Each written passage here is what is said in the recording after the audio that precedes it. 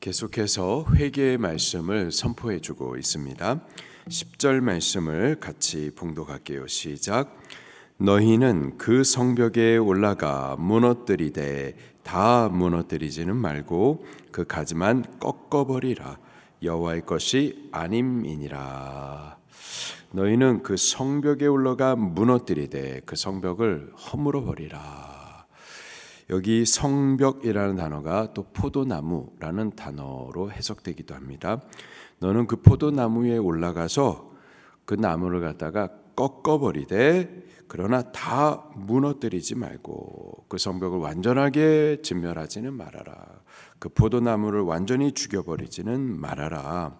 그렇게 하지 말고 그 가지만 꺾어버리라. 하나님께서 이스라엘을 극상품 포도나무로 그렇게 잘 심었어요. 극상품 포도나무로 심을 때에 그런 좋은 포도 열매를 기대하면서 심은 거죠. 그런 열매를 기대하면서 정성스럽게 심고 또 물도 주고 기대하면서 잘 가꾸었었죠. 그런데 아주 못된 들포도나무 열매를 맺은 거죠. 그 심어진 포도나무는 하나님께서 심으신 하나님의 것이었어요. 그런데 못된 열매를 맺었었던 그 가지를 꺾어버리라. 이런 하나님께서 기대하시는 바 좋은 열매 맺지 못하는 그 가지를 꺾어버리라 말씀하시는 이유는 여호와의 것이 아님이니라. 하나님께서는 좋은 것을 심었는데 거룩한 것을 심었는데 근데 그들은 인본주의의 것들, 부정한 것들, 죄악의 열매를 맺은 거죠. 그건 여호와 하나님께서 바라시는 여호와께 속한 것들이 아닌 반드시 꺾어져 버려야만 할 것들이죠. 그것을 그렇게 꺾어 버려라 선포해 주십니다.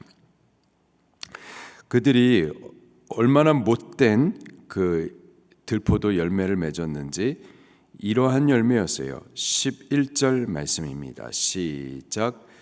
여호와의 말씀이니라. 이스라엘 집과 유다의 집이 내게 심히 반역하였느니라. 이스라엘 집, 유다의 집, 북왕국 이스라엘과 남쪽 유다 나라 둘 다 하나님께서 심으신 나라이고 하나님께서 심으신 포도나무이죠. 근데 이놈들이 다 여호와 하나님 앞에 반역했다라는 거예요. 그냥 반역이 아니라 심히 반역했다. 어떻게 반역을 했는지 저들이 하는 말을 또 들어보겠습니다. 12절부터 13절입니다. 시작. 그들이 여호와를 인정하지 아니하며 말하기를 여호와께서는 계시지 아니하니 재앙이 우리에게 임하지 아니할 것이요 우리가 칼과 기근을 보지 아니할 것이며 선지자들은 바람이라 말씀이 그들 속에 있지 아니한즉 그같이 그들이 당하리라 하느니라. 이 백성이 하는 그 못된 말을 하나님께서 다 듣고 계신 거예요. 그 뒤에서 하는 말, 앞에서 하는 말, 거짓으로 하는 말, 그것을 하나님께서 다 들으시면서 참담해 하시면서 이렇게 말씀하십니다. 그들은 여호와를 인정하지 아니한다. 인정하지 아니하여서 말하기를 여호와께서는 계시지 않는다. 그분은 살아계신 분이 아니다. 그분의 말씀도 살아있는 말씀이 아니다. 그렇기 때문에 재앙이 우리에게 임하지 아니할 것이다. 우리가 칼과 기근을 보지 아니할 것이다. 선지자들 그들은 바람이다. 공허한 메시지를 전하는 거다.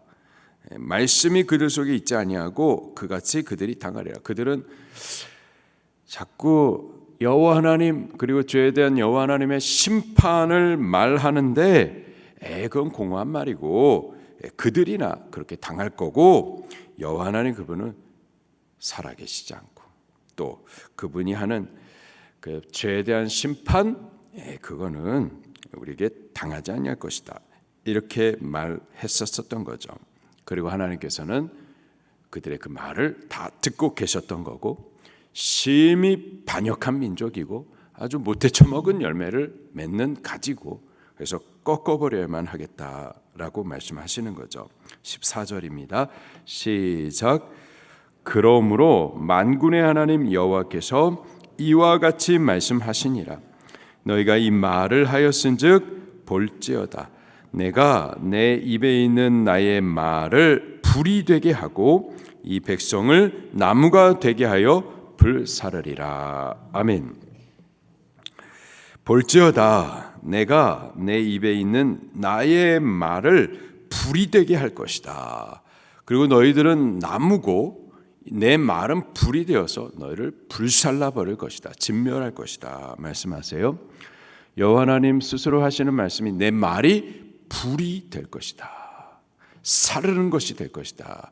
심판, 멸망이 될 것이다. 우리가 여호와 하나님의 말씀을 생명이라고 말하잖아요. 여호와 하나님의 말씀은 과연 생명입니다.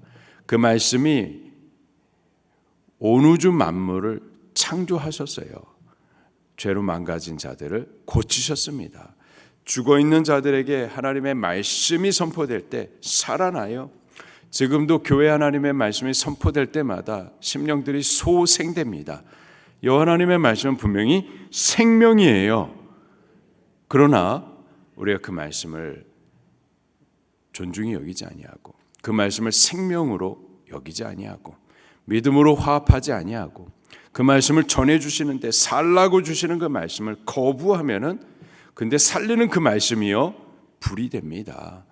살리는 그 말씀이 믿지 않는 그들 가운데서는 심판하는 사망의 불이 되는 거예요. 예수님, 그분은 생명의 주님이시죠. 생명의 주님으로 이 땅에 오셨습니다. 그러나 생명의 그 예수님을 믿기를 거부하면은요, 다시 오시는 그 예수님은 심판의 주님으로 오시는 거예요. 우리가 하나님의 말씀을 존중히 받는 자들이 꼭 되십시다. 이 말씀이 강단을 통해서 우리가 예배할 때마다 선포되잖아요. 그렇기 때문에 예배의 자리는 생명으로 살아나는 자리예요. 우리 영혼이 소생함을 받는 자리라고요. 그러나 또 동시에 그 동일한 말씀이 선포되는 그 예배의 자리가 또한 하나님의 불이 임하는 자리가 되기도 하는 거예요. 두려워하셔야만 하는 거죠. 우리는 말씀을 생명으로 존중히 여기며 믿음으로 합하여서 받음으로써 그 말씀이 우리 영혼을 소생케 하는 생명의 말씀이 될 수 있게 되기를 예수 이름으로 축원합니다.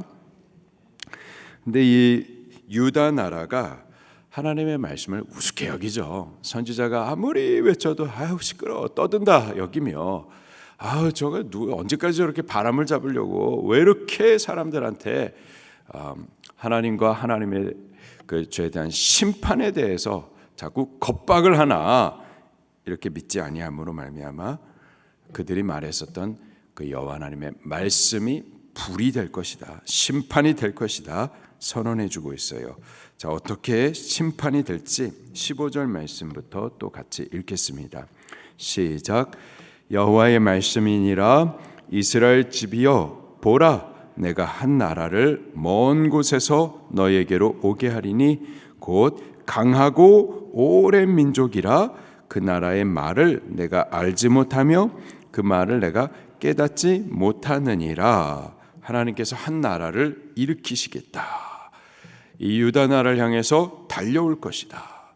그들은 어떤 자들인가? 강하고 오랜 민족이다. 그래서 어떻게 될 것인가? 16절을 계속 보겠습니다. 시작. 그 화살통은 열린 무덤이요 그 사람들은 다 용사라. 용사들이 너희를 향해 달려올 것이다. 그들이 화살통을 열면은 그 열린 화살통을 통하여서 사망의